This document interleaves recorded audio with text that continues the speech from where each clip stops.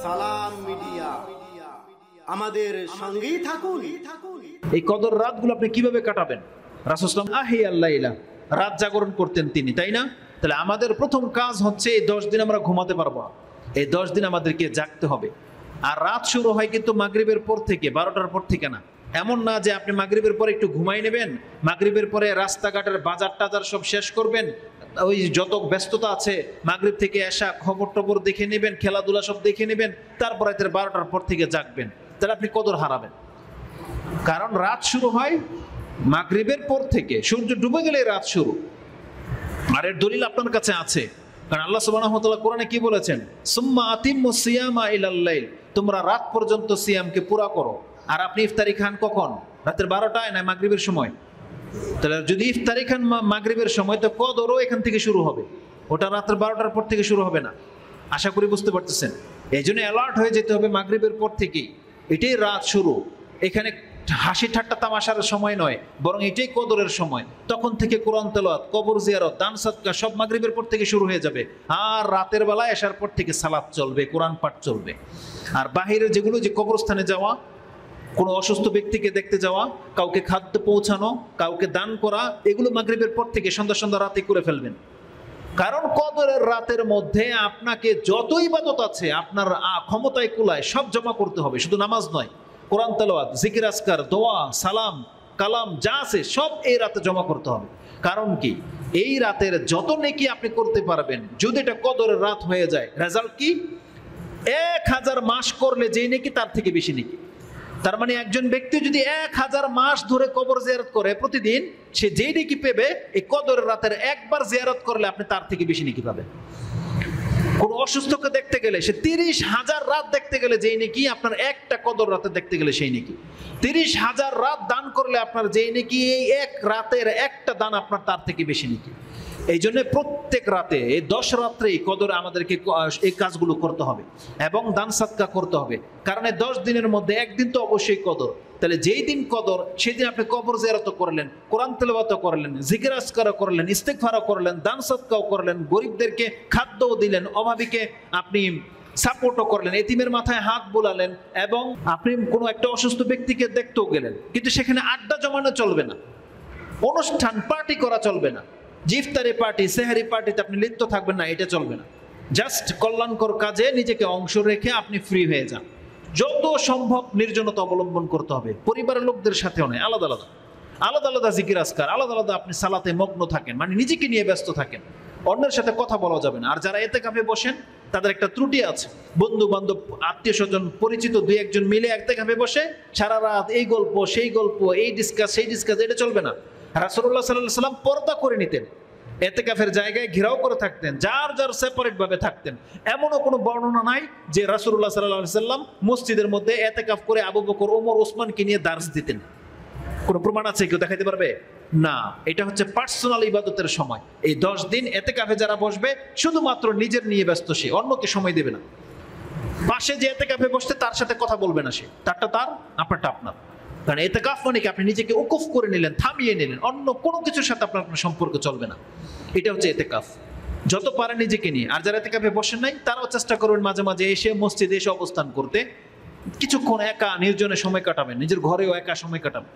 আর মহিলারা যদি ইতিকাফ করতে চায়, তাদের জন্য মসজিদই করতে হবে। মসজিদ ছাড়া ইতিকাফ পুরুষেরও হয় না, মহিলারও হয় না। কোনো আবেগী এমন মহিলা যেন না থাকে নিজের ঘরে একটা জায়গা ইতিকাফের জন্য করে নেবে, এটা কিন্তু শরীয়ত সাপোর্ট করে না, এটা ইসলামের বহির্ভূত কাজ।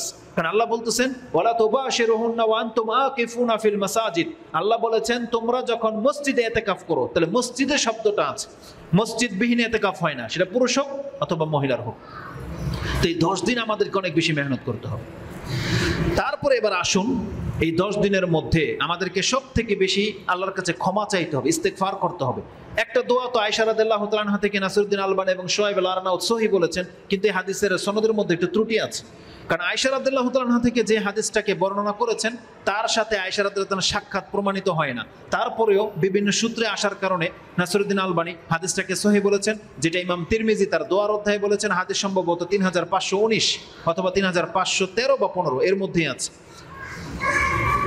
আয়েশা রাদিয়াল্লাহু তাআলা তিনি বলতেছেন, ইয়া রাসূলুল্লাহ আরাআইতা লাউ আন্না আদরাকা লাইলাতুল কদর মা আকুলু ফি। আমি যদি কদরের রাত পেয়ে যাই, সেই রাত আমি কি বলবো আল্লাহর কাছে, কি দোয়া করব? রাসূলুল্লাহ বলেছেন, কুলি, তুমি বলো আল্লাহুম্মা ইন্নাকা আফুন কারীমুন তুহিব্বুল আফওয়া ফাআফু আন্নী। দোয়ার ভাষা খুব চমৎকার। তার মানে এখানে শুধু ক্ষমা চাওয়া হচ্ছে না, বরং আপনি যেন আল্লাহর কাছে বলতেছেন, আল্লাহ তুমি তো দেখতেছো আমি কি কি পাপগুলো করেছি, আল্লাহ তুমি আমাকে শুধু মাফ নয়, তুমি আমাকে ছেড়ে দিও। সেই দিন ধৈর্যই না, আল্লাহ তুমি তো ছেড়ে দেওয়াটাকে পছন্দ করো, তুমি ছেড়ে দিয়ে থাকো। অনেক পাপের কারণে আল্লাহ আমাদেরকে ছেড়ে দিয়েছে, ছেড়ে দেয়নি? ওই যে মসজিদ থেকে ফ্যান চুরি করে নিয়ে গেছে চোরকে, কিন্তু আল্লাহ আটকে রেখেছিল? বলেন না কেন আটকে রাখছিল চোরকে? চোর তো ফ্যান নিয়ে চলে গেছে, তাহলে আল্লাহ তো ছেড়ে দিয়েছিল ওকে। আপনি আর আমি না কত কিছু চুরি করে ফেলেছি, অন্যের গাছের ফল টলে যে মাছ চুরি করে নিয়ে যাচ্ছে, কত কেউ কিছু করে ফেলতেছে। আল্লাহ কি তাকে ধরছে? আল্লাহ কিন্তু দেখছে, দেখে নাই? দেখে ছেড়ে দিয়েছে, ছেড়ে দেয় নাই? আল্লাহ মাইন্নাকা আফুন, আল্লাহ তুমি তো ছেড়ে দিয়ে থাকো, ওয়াহিব্বুল আফওয়া, তুমি ছেড়ে দেওয়াটাকে পছন্দ করো, তো ফাআফু আন্নী, আল্লাহ তুমি আমাকে ছেড়ে দাও। তার মানে যতগুলো পাপ আমি তোমার সামনে করেছি, আল্লাহ কিয়ামতের মাঠে তুমি আমাকে দাঁড় করায়া জিজ্ঞাসা করো না যে পাপগুলি তুই করেছিলি, আল্লাহ শুধু তুমি বলে দিও যা, তুই যা, তোকে মাফ করে দেওয়া হবে। এটা হলো আফু। আফু মানে হলো ছেড়ে দেওয়া, মানে তিরস্কারও না করা। যাতে আপনি আল্লাহর সামনে আসবেন, অনেকে হয় না আত্মীয় স্বজনের মধ্যে বা নিজের পরিচিত কেউ, ধরেন কোন একটা কোম্পানির গার্ড দেখেছে যে আপনি অন্যায় করেছেন, একটা পার্সেল বেশি নিয়েছেন, আপনার কাছে যান, বলে কিনা এরকম, যারা নিজের স্বার্থের লোক হয়, দলের লোক হয়, দেখছে যে একটা পার্সেল সে বেশি নিছে, একটা পোলাপান দুইটা ধরাই দেয় না, আচ্ছা ঠিক আছে তুই যা। এটা হচ্ছে আফু, মানে কোনো তিরস্কার না করা। তাহলে আল্লাহর কাছে যেন আপনি কথা বলতেছেন, আল্লাহ তুমি তো সব পাপগুলো জানো, আমার এই পাপগুলো আমার, কিন্তু আল্লাহ তুমি আমাকে জিজ্ঞাসা করো না, কিয়ামতের মাঠে তুমি আমাকে ছেড়ে দিও। এটা হচ্ছে আফু। তাহলে এই দোয়া আমাদেরকে বেশি করতে বলা হয়েছে। রাসূলুল্লাহ সাল্লাল্লাহু আলাইহি ওয়াসাল্লাম মহিলাদেরকে বলেছেন, ইয়া মাশারান নিসাই তাসাদ্দাকনা ওয়া আকসিরনাল ইস্তিগফার ফাইন্না রাআইতুকুন্না আকসারা মিন আহলিন নার। তোমরা বেশি বেশি দান সাদকা করো এবং অধিক মাত্রায় আল্লাহর কাছে ইস্তিগফার করো, ক্ষমা চাও, কেননা আমি তোমাদেরকে অধিক মাত্রায় জাহান্নামে দেখেছি। তাহলে রেজাল্ট জাহান্নাম, আর বাঁচার উপায় কি বলেছেন? দান সাদকা করা আর ইস্তিগফার করা, আল্লাহর কাছে ক্ষমা চাওয়া। অতএব ইস্তিগফার করলে জাহান্নামের আগুন থেকে মুক্ত হওয়া যায়। অতএব আমাদেরকে বেশি বেশি ইস্তিগফার করতে হবে।